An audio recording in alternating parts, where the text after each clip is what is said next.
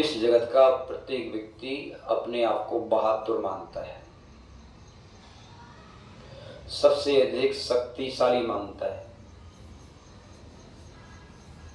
लेकिन बहादुर कौन है कौन नहीं है, इसकी परीक्षा कोई करने वाला जो श्रेष्ठ गुरु होता है वही कर पाता है। संसारी प्राणी बहादुरी की परीक्षा न दे सकते हैं और ना ले सकते हैं।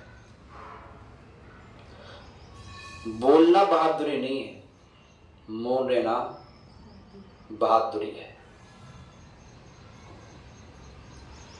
क्रोध करना बहादुरी नहीं है, क्षमा करना बहादुरी है। उपलब्ध वस्तुओं का अहंकार करना बहादुरी नहीं है, उपलब्ध वस्तुओं की होने के बाद भी विनम्र बने रहना ये बहादुरी है। आपके सामने दुनिया की तमाम संपत्तियां पड़ी रहें और आप अनिच्छित भाव से संतोष को धारण किए रहें, ये बहुत बड़ा बहादुरी का काम है, कायर लोगों का काम ही नहीं है। धन के लाभ से, प्रतिष्ठा के लाभ से जब कभी छल करने का अवसर आवे और छल ना किया जाए, निश्चल भाव से अपनी यात्रा की जाए, एक बहुत बड़ी बहादुरी का काम है। आज तक तो हमने अपने आप को विकृत करके बहादुर माना है, प्रकृति में रह करके कायरता माना है। यदि कोई व्यक्ति भोला भाला है, सरल सहज है, संतोषी प्रवृत्ति में जीने वाला व्यक्ति है, उसे आप भोंदू की उपमा देते हो कि भोंदू है। क्या है? भोंदू। भोंदू नहीं, बहुत बहादुर है कि दुनिया की तमाम विकृतियों में रह करके भी इतना सरल सहज का जीवन जी रहा है। इस सामान्य व्यक्तियों का काम नहीं हो सकता। धर्मस्नेही महानुभाव किसी कस्बे में एक बहुत बड़ा विद्यालय था। उस विद्यालय में हजारों विद्यार्थी अध्ययन किया करते थे। एक बार क्या हुआ, दो मित्रों में आपस में झगड़ा हो गया, कहासुनी हो गई और कहासुनी हो जाने के बाद इतने पर काम नहीं चला तो मारपीट भी हो गई और दोनों विद्यार्थी चमकते हुए प्रिंसिपल के पास आए। एक दूसरे की ओर निहारते हुए कहा, सर ये बहुत शैतान है, समझा लो आप, नहीं तो हम इसका चेहरा बिगाड़ देंगे। दूसरा विद्यार्थी अपने विपक्षी विद्यार्थी की ओर उंगली दिखाता हुआ बोला, सर इसे आप समझा लो, बहुत बदमाश है, नहीं तो हम इसकी गति बिगाड़ देंगे। विद्यार्थियों की उम्र बहुत सी, बहुत 12-13 वर्ष की। किशोर अवस्था की उन विद्यार्थियों को इस प्रकार की चर्चा करते हुए देखकर सुनकर प्रिंसिपल को मुस्कुराना आ रहा था। कई बार होता है जब बालकों की चेष्टाओं को देखकर, उनकी वार्ताओं को सुनकर जो बड़े बुजुर्ग होते हैं, सहपाठी होते हैं, गुरुजन होते हैं, उन्हें क्या आता है, हंसी सी आती है। धर्मस्नेही महानुभाव प्रिंसिपल ने भी मुस्कुराते हुए दोनों विद्यार्थियों से कहा कि आप जो है बहुत बहादुर लगते हो। जी गुरुदेव, हम किसी से डरने वाले नहीं, हम क्षत्रिय पुत्र हैं, दबना सीखा नहीं। ईंट का जवाब पत्थर से देना हमें आता है।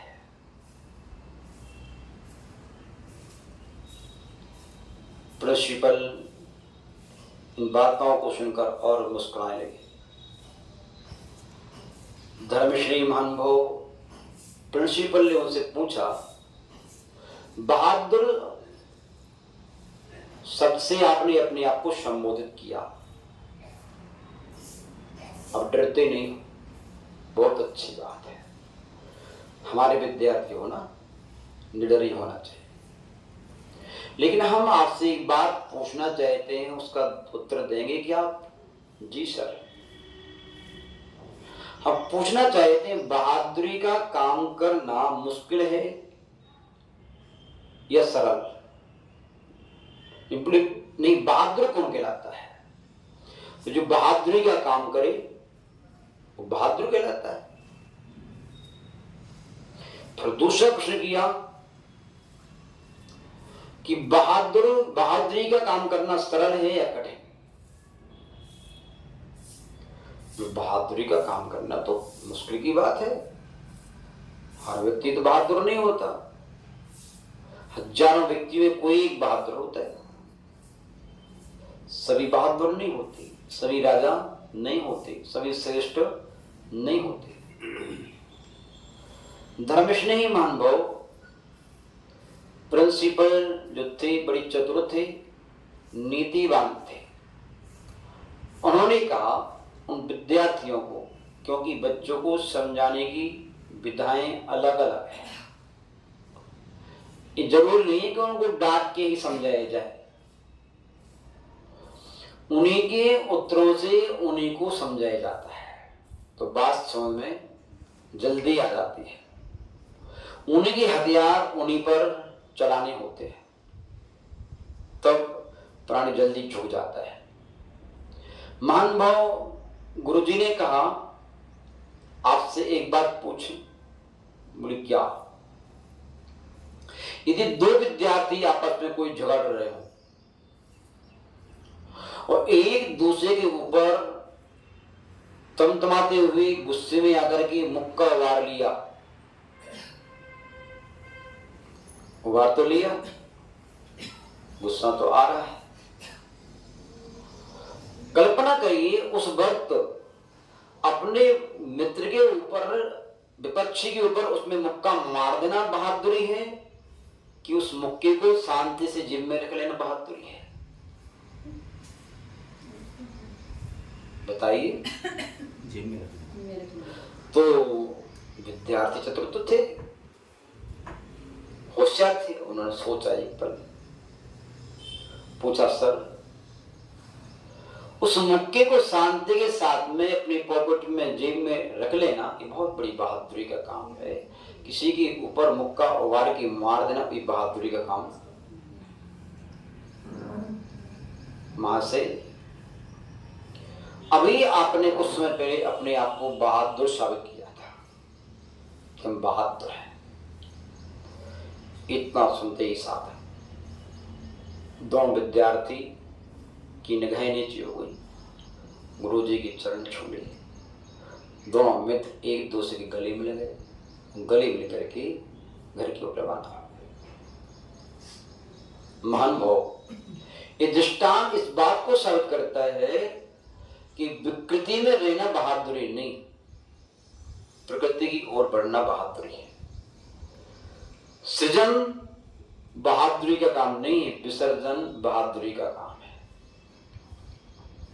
किसी का जवाब, ईंट का जवाब पत्थर से देना बहादुरी का काम नहीं। ईंट की जवाब, ईंट मारी है, उन सारी ईंटों को संग्रहित करके जीना बना करके ऊपर चढ़ जाना, ये बहादुरी का काम है, बुद्धिमानी का काम है। अपने घर में लड़ झगड़ करके ईंट का जवाब पत्थर से दे करके घर को बिगाड़ना, घर के आदर्श को बिगाड़ना, घर की शांति को भंग करना, ये बहादुरी का काम नहीं। घर में रह करके, परिवार में रह करके, समाज में रह करके सहनशीलता का परिचय दे करके अपनों से हार जाना। किससे हार जाना? अपनों से हार करके पूरी संसार से जीतने की काबिलियत पैदा कर लेना ये बहादुरी का काम है। हमारे गुरु जी कहा करते हैं, गुरु जी का नुस्खा आप भी अपनाइए, जब जंग हो अपनों से तो हार जाना चाहिए। क्योंकि हम अपनों से जीत करके, चाहे अपना मित्र हो, चाहे अपना भाई हो, चाहे अपना पड़ोसी हो, चाहे अपनी जाति को, जहाँ अपना है उससे हार जाओ। उस हार में ही आपकी जीत है। क्योंकि आप अपने दो साथियों से हार करके 200 शत्रुओं से जीत सकते हो। आप अपने दो भाइयों से हार करके बाहर के 2 व्यक्तियों से, 200 व्यक्तियों से जीत सकते हो। आप अपनी जाति के 2 व्यक्तियों से हार करके आप विजातीय 200 व्यक्तियों से को जीत सकते हो आप।